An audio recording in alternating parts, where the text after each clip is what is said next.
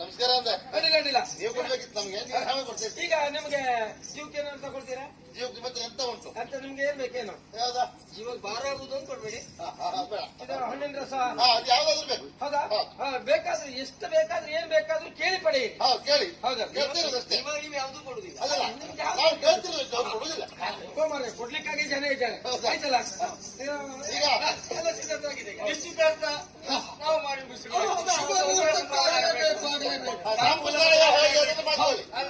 ಸರಿ. ಹಾಗಾದ್ರೆ ವಾಣಿ ಶೃಂಗಾರಗೊಂಡು ಸಖಿವೃಂದವೆರೆಸುತ್ತಲಿ ನಿಂದಿರಲು ಮಂಟಪದಲ್ಲಿ ಚಂದದಿದ್ದವರ ಉಂಗುರವ ಈವ ವೇಳೆಯಳು ಉಂಗುರವ ನೀವ ವೇಳೆಯಲು ಬಂದು ಸರದಿಜಾಪಿ ವಚನ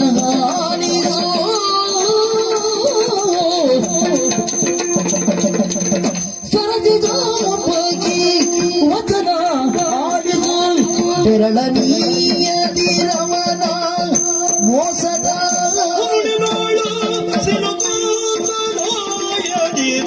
ಒರೆವೆ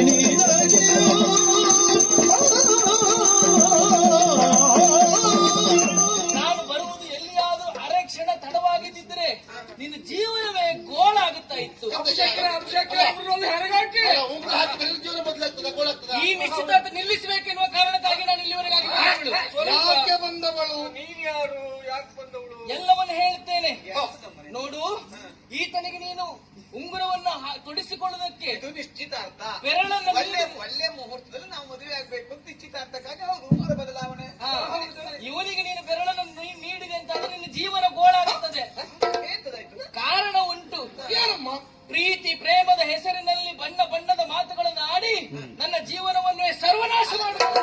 ನೀನು ಹೇಳಿ ಯಾರು, ಎಂತದ್ದು ಪ್ರಕರಣ ಏನು ಅಂತೆಲ್ಲ ಸರಿಯಾಗಿ ಹೇಳು. ಒಟ್ಟರಲ್ಲಿ ಯಾವ ಕೆಟ್ಟ ಮಾತು ಹೇಳ್ಬಿಟ್ರೆ ನಾವು ನೀನು ಯಾರು ಅಂತ ನಮಗೆ ಗೊತ್ತಿಲ್ಲ. ಅವನಾದ್ರೂ ನನಗೆ ಒಡನಾಡಿ ಬಾಲ್ಯದಲ್ಲಿ. ಅವನು ನನಗೆ ಒಡನಾಡಿ ಆಗಿರಬಹುದು, ಆದ್ರೆ ನನಗೂ ಅವನಿಗೆ ಸಂಬಂಧ ಎನ್ನುವುದು ಉಂಟು.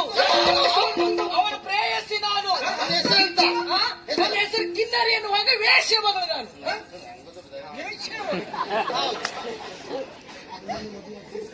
ವೇಶ್ಯ ಮಗಳು ನಾನಾದರೂ ಕೂಡ ಹಾಗಂತ ಎಲ್ಲ ಕಂಡ ಗಂಡಸರಿಲ್ಲ.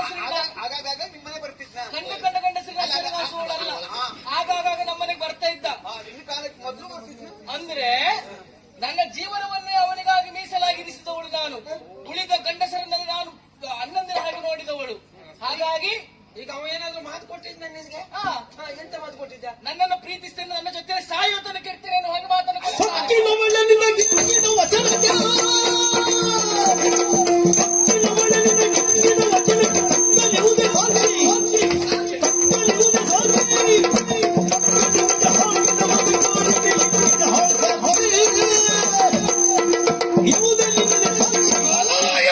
ಸೊಕ್ಕಿನ ಹೆಣ್ಣೆ, ಎಷ್ಟು ಮಾತಾಡ್ತೀಯ ಪದವೇ? ಹೌದು. ನನ್ನ ಮಗ ಏನು? ನನ್ನ ವಂಶ ಏನು? ನಮ್ಮ ಯೋಗ್ಯತೆ ಏನು? ಮತ್ತೆ ವೈಶ್ಯ ಮನೆ ಅಂದ್ರೆ ಏನು? ಏನು ವೇಶ್ಯೆಯ ಮಗಳು ನೀನು? ಸತ್ಯ ಸತ್ಯ. ಮಗ ಮಾಡ್ಕೊಡುದ ಅಪ್ಪ ಕೊಡುದ ಸರಸಕ್ಕೂ ಸಲ್ಲಾಪಕ್ಕೂ ಸಾಪಂತ್ಯ ಭೋಜನಕ್ಕೂ ಒಂದು ಸಮಾನತೆ ಬೇಕೇ ಬೇಕು. ನೀನು ಯಾರ? ಸಮಾನತೆ ಹೌದು, ಆದ್ರೆ ನಿಮ್ಮ ಮಗೋದು ಸುಳ್ಳಲ್ಲ. ಮಾತಾಡಬೇಡ. ಆದ್ರೆ ಇದ್ರಲ್ಲ ಸಮಾನತೆ ಇಲ್ಲ, ನೀವು ಹೇಳಿದ್ರಲ್ಲ ಇತ್ತು. ನನ್ನ ಮಗನನ್ನೇ ಇದ್ರಲ್ಲ ಜೋರಾಯ್ತು. ಹೌದು, ಪ್ರೇಮಿಸಿಟ್ಟಿ ಅನ್ನುವ ಕಾರಣಕ್ಕಾಗಿ ಏನು ಸಾಕ್ಷಿ? ಆದೀತು. ನೀವು ಹೇಳಿದ ಹಾಗೆ ನಾನು ಸಾಕ್ಷಿ ತಂದು ನಿಮ್ಗೆ ತೋರಿಸಿದೆ ಅಂತಾದ್ರೆ ನಿಮ್ಮ ಮಗನ ನನ್ನ ಕೊಟ್ಟು ಮದುವೆ ಮಾಡಿಸ್ತೀರಾ ನೀವು? ಸಾಕ್ಷಿ ಸಾಕ್ಷಿ ಬೇಕು ತಾನೆ? ನಾಡಿನುಡಿಯು ಕಲೆ ಕಾವ್ಯದ ಬೆಡಗಲು ಬೆಳಗುವ ಕೈದೀಪ, ಗೂಡು ದೀಪ ಹೊಸ ಚರಿತೆಯ ರಚನೆಗೆ ಸ್ವರ್ಣ ಸೇತು ರೂಪ, ಸ್ವರ್ಣ ಸೇತು ರೂಪ. ನಿಮ್ಮ ಮಗ ನನ್ನ ತಲೆಯನ್ನ ಹಾಳು ಮಾಡುವ ಮೊದಲು ಇದೇ ಗೂಡು ದೀಪವನ್ನು ಕೊಟ್ಟು ನನ್ನನ್ನು ಮರಳು ಮಾಡಿದ್ದು. ಸಾಕ್ಷಿ ಬೇಕಾ ಸಾಕಾ? ಗೂಡು ದೀಪ ಇದುವೇ ಗೂಡು ದೀಪ. ಇದುವೇ ನಮ್ಮ ರಾಜ್ಯದಲ್ಲಿ ಹಚ್ಚರಿರುವಂತ ಗೂಡು ದೀಪ. ಹೋಯಿತಲ್ಲ ನಮ್ಮ ಮರ್ಯಾದೆ ಗೂಡು ದೀಪ. ಮನೆಯಲ್ಲಿ ಹೋಗ್ಲಿಕ್ಕೆ ಅಪ್ಪ ಮಗ ಇಬ್ರಿಗೆ ಇದ್ರಲ್ಲ. ಎಲ್ಲಾದ ಎಲ್ಲ ಮೋಸ ಮೋಸ. ನಾನಂತವ ಅಲ್ಲವೇ ಅಲ್ಲ. ಎಲ್ಲಿಯೂ ನಮ್ಮಲ್ಲಿರುವಂತಹ ಗೂಡು ದೀಪವನ್ನು ಅಪಹರಿಸಿದಂತ ಈಕೆ ಇಲ್ಲಿಯವರೆಗಾಗಿ ತಂದು ನಮಗೆ ಮೋಸ ಮಾಡುವುದಕ್ಕೆ ಮುಂದಾಗ್ತಾ ಇದ್ದಾಳೆ. ನಾವೇನು, ನಮ್ಮ ಯೋಗ್ಯತೆ ಏನು, ನಮ್ಮ ಸ್ಥಾನ ಏನು, ನಮ್ಮ ಮಾನ ಏನು? ಪ್ರೇಮದುಡುಗೊರೆ ಎಂದು ನೀಡುತ್ತ ಕಾಮನಾಟದೊಳೆನ್ನ ಬೇರೆ ತುದ ಭೂಮಿ ಜನಗೆ ಮರತೆಯ ಸೋಮ ನ್ಯಾಯವೇ ನೀ ಬೇಳು ಎನಗೆ ಭೂಮಿ ಜನಗೆ ಬೆರೆದೆ ಸೋಮ ನ್ಯಾಯವೇ ಬೇಳು ಎನಗೆ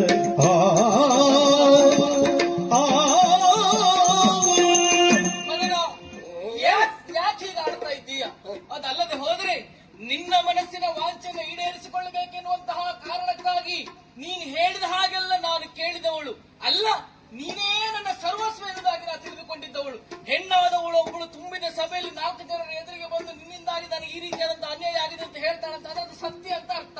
ನನ್ನ ಮಾತಿನ ಮೇಲೆ ನಿಮ್ಗೆ ನಂಬಿಕೆ ಇಲ್ಲ ಎನ್ನುವಂತಹ ಕಾರಣಕ್ಕಾಗಿಯೇ ಸರಿ ನೆನಪು ಮಾಡ್ಕೋ, ನೀನು ಅವಳಿಗೆ ಪ್ರೀತಿಯ ದ್ಯೋತಕವಾಗಿ ಅದನ್ನು ಕೊಟ್ಟದ್ದ. ಮತ್ತೆ ರಾತ್ರಿ ಹೊತ್ತು ಕಾಣುವುದಿಲ್ಲ ಅಂತ ಕೂಡಿಸಿ ಬಿಡ್ಕೋದೇ ಅಂತ. ಹಾಗಲ್ಲ, ನನ್ನನ್ನ ನಂಬಿಸಬೇಕೆನ್ನುವಂತಹ ಕಾರಣಕ್ಕಾಗಿ, ಪ್ರೀತಿಯ ಬಲೆಯಲ್ಲಿ ಬೀಳಿಸಬೇಕೆನ್ನುವಂತಹ ಕಾರಣಕ್ಕಾಗಿ ಅಮೂಲ್ಯವಾದಂತಹ ಗೂಡು ದೀಪವನ್ನು ಕೊಟ್ಟು ಜೀವನ ಪರ್ಯಂತ ನಿನ್ನ ಜೊತೆಯಲ್ಲಿರ್ತೇನೆ ಎಂಬುದಾಗಿ ಹೇಳಿದ್ದಾರೆ. ರಾಜಲಾಂಛನವುಳ್ಳಂತ ಗೂಡು ದೀಪ. ನೋಡಿ ಇಲ್ಲಿ ಕಾಣ್ತಾ ಉಂಟು. ಏನ್ ಮಾಡೋದನ್ನ ನಾವು ನಂಬಬೇಕು. ವಂಚಿಸಲು ಬಂದಿಗಳು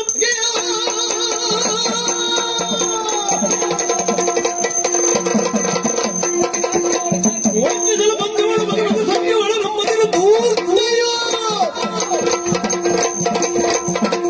ಸಂಚಿತವಾಗಿ ನೋಡಿದ ಗತಿ ಮಿಂಚಿ ನುಡಿಯ ಎಂತ ಮಾತಾಡುವುದಕ್ಕೆ ಮುಂದಾಗ್ತಾ ಇದ್ದೀನಿ? ನನಗೆ ನ್ಯಾಯ ಬೇಕು. ನಿನಗೆ ನ್ಯಾಯ ಬೇಕಲ್ಲ, ನೀನು ಅನ್ಯಾಯದಲ್ಲಿ ಹುಟ್ಟಿದವಳು, ಅನ್ಯಾಯದಲ್ಲಿ ಇದ್ದವಳು. ನನ್ನ ಜೀವನ ಸರ್ವನಾಶ ಮಾಡಿ ಇನ್ನೊಬ್ಬರ ಜೀವನ ಯಾರೇ? ನಿನ್ನ ಜೀವನ ಸರ್ವನಾಶವ. ಇಷ್ಟು ಮಾತಾಡುವವಳು ಯಾರು ಅಂತ ಕೇಳಿದ್ರೆ ಒಬ್ಬಳು ವೇಶ್ಯೆ. ಒಂದು ಹೆಣ್ಣಿಗೆ ಅನ್ಯಾಯ ಆಗುವುದಕ್ಕೆ ಬಿಡ್ತೀರ? ನೀವು ನಿಜವಾಗ್ಲೂ ಹೆಣ್ಣು ಹೌದಾ? ಸಾಮಾನ್ಯ ವೇಷ ಆಗಿದ್ರೆ ನಿಮ್ಮ ರಾಜ್ಯ ಲಾಂಛನಿರುವಂತಹ ಈ ಅಮೂಲ್ಯವಾದ ಗೂಡು ದೀಪವನ್ನು ಯಾಕಾಗಿ ಉಡುಗೊರೆ ಕೊಡ್ತೀರಿ? ಸಾಮಾನ್ಯ ವೇಷ ಅಂದ್ರೆ ಅಂತ ಒಂದು 1000 ಜನರಿಗೆ ಸಹವಾಸವಳು ಅಂತ ಹಾಗಲ್ಲ ನೋಡು. ನೀನು ಹೆಣ್ಣೇ ಅಲ್ಲ. ಒಂದು ವೇಳೆ ಅಲ್ಲ, ಹೆಣ್ಣೆಲ್ಲ ಮತ್ತೆ ಹೇಗಲ್ಲ ಅಂತ ಅಲ್ವಾ? ಅಲ್ಲ, ಕೇಳಿದೆ. ಒಂದು ವೇಳೆ ನಾನು ಬಂದಿದ್ದೆ ಅಂತ ಇಟ್ಕೊಳ್ಳು. ಬಂದೆ. ನಾನು ಹೋದದ್ದು ವೇಶ್ಯೆಯ ಮನೆಗೆ. ವೇಶ್ಯೆಯ ಮನೆಗೆ ಹೋದವರೆಲ್ಲ ವೇಶ್ಯೆಯರನ್ನ ಮದುವೆ ಆಗುವುದಕ್ಕೆ ಹೊರಟ್ರೆ ಪ್ರಪಂಚ ಏನ್ ಹೇಳುವುದಿಲ್ಲ, ಏನಾಗುವುದಿಲ್ಲ. ಗೂಡು ದೀಪ ಯಾಕೆ ಕೊಟ್ರಿ? ಅದು ದೀಪ ನಾವು ಕೊಟ್ಟದ್ದು ಅಲ್ಲವೇ? ಅದು ನೀವು ಕೊಟ್ಟಲ್ಲ. ಅದೇ ಅಲ್ಲ, ಅವ ಕೊಡ್ಕಂತಂದಲ್ಲ, ರಾತ್ರಿ ಹೊತ್ತು ತೋರಿದ ಕಾಲಲ್ಲಿ ಹಿಡಿದು ಬಂದವ. ಹೌದಾ? ಮುಲ್ಲಾಕ್ಷಿ ಹೊರಡುವುದು ಸುಳ್ಳಲ್ಲದಿರೆ ನೀವು ನಿಲ್ಲ ನರಕ್ಷಣ ತೊಲಗಿಟ್ಟಕ್ಕೆ ನೀವು ಅವಳನ್ನು ಕೇಳಿದದ್ದು ಅಲ್ಲದೆ ಹೋದ್ರೆ ಆ ಹೊತ್ತು ನಿಮ್ಮ ಕರೆಯನ್ನು ಕೇಳಿ ನಾವು ನಿಮ್ಮ ನಾಡಿಗೆ ಬಂದಾಗ ನಿನಗೆ ನನ್ನ ಮಗಳನ್ನು ಕೊಟ್ಟು ಮದುವೆ ಮಾಡಬೇಕು ಅಂತ ನಿನ್ನ ಅಪ್ಪ ಕೇಳಿದ್ರಲ್ಲ. ತಂದೆಯವರೇ, ಇದು ಸರಿಯೇ ಅಥವಾ ಅಲ್ಲ? ನಿನ್ನ ಸ್ವಭಾವ ಹೇಗೆ ಅಂತ ಗೊತ್ತಾಗ್ತಾ ಉಂಟು. ಅಲ್ಲದೆ ಹೋದ್ರೆ ಆ ಹೊತ್ತು ನಮ್ಮ ಮದುವೆಯ ನಿಬಂಧನೆಗೆ ಒಪ್ಪಿದ್ದಕ್ಕಾಗಿ ಕೊಡ್ತಾ ಇದ್ದೇವೆ. ಇದು ಆತ್ಮೀಯರಿಗೆ ಮಾತ್ರ ಕೊಡುವುದಂತ ನಮಗೂ ಗೂಡು ದೀಪ ಕೊಟ್ಟಿದ್ದೆ. ಅದೇ ನಾನು ಕೊಟ್ಟದ್ದು ಹೇಗೋಯ್ತು? ನನಗೀಗ ಅನುಮಾನ ಬರ್ತಾ ಇರುವುದೇನು, ಹೀಗೆ ಆತ್ಮೀಯರಿಗೆ ಅಂತ ಹೇಳಿ ಇನ್ನು ಎಷ್ಟು ಜನರಿಗೆ ಗೂಡು ದೀಪ ಕೊಟ್ಟಿದ್ದೀರ ಏನು? ಹಾಗಾಗಿ ನಿನ್ನ ಮಗಳೊಟ್ಟಿಗೆ ನನ್ನ ಮಗಳ ಮದುವೆ ಮಾಡಿಸೋದಿಲ್ಲ. ಊರಿಗೆ ಹೋಗಿ ಮೂಡ ಮದಿಸುತ್ತ ನಿನ್ನ ನಡತೆಗೆ ರೂಢಿ ಕಾಣುವುದಾಯ್ತು. ಸುಳ್ಳಗಳು ಆಡುವಂತೆಗಿರದೆ ನಡೆ ಎಂದು ಹೊರವಟ್ಟ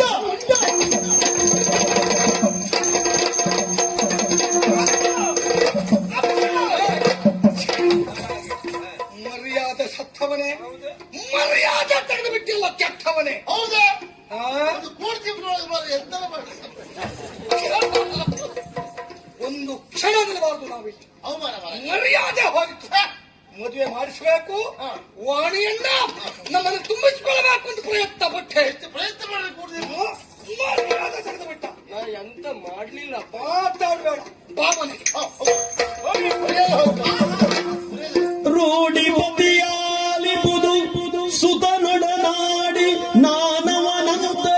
ಅಂಗದ ಗಾಢ ಶುಭ್ರತೆ ಅರಿತವಳು ಸತಿ ಮಾಡಿದಳು ಭ್ರಮೆಯ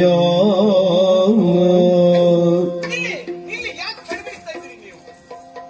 ಯಾರೋ ಒಬ್ಳು ಹುಡುಗಿ ಬಂದು ಹೇಳಿದ್ಲು ಎನ್ನುವ ಕಾರಣಕ್ಕಾಗಿ ನಿಮ್ಮ ಮಗನ ಮೇಲೆ ನೀವು ಭರವಸೆಯನ್ನು ಕಳ್ಕೊಂಡು ಬಿಟ್ರಿ. ಹೌದಮ್ಮ, ನಿಮ್ಮ ಮಗ ಎಂತವ ಅಂತ ನಿಮಗಿಂತ ಚೆನ್ನಾಗಿ ನನಗೆ ಗೊತ್ತುಂಟು. ನಾನು ಅವನ ಬಾಲ್ಯದ ಒಡನಾಡಿ, ಒಂದೇ ಗುರುಮಠದಲ್ಲಿ ನಾವು ಓದಿದವರು. ಹಾಗಿರುವಾಗ ಯಾವುದೋ ಒಂದು ಹುಡುಗಿ ಬಂದು ಹೇಳಿದ್ದಕ್ಕಾಗಿ ಅವನ ಶೀಲವನ್ನು ಶಂಕಿಸುವಷ್ಟು, ಅವನ ಚಾರಿತ್ರ್ಯವನ್ನು ಶಂಕಿಸುವಷ್ಟು ಕೆಟ್ಟವಳು ನಾನಲ್ಲ. ಸತ್ಯ ಹೇಳ, ನಾನು ಮದುವೆ ಆಗುವುದಾದ್ರೆ ನಿಮ್ಮ ಮಗನನ್ನೇ ಅಂತ ನಿರ್ಣಯ ಮಾಡಿದ್ದೇನೆ. ಅವಳ ಸ್ವಭಾವ ಗೊತ್ತಾಗಿಯೂ ಮತ್ತೆ ಒಪ್ಕೊಳ್ತೀಯ ಮಗಳೇ? ವರನಾಥನ ಗುಣ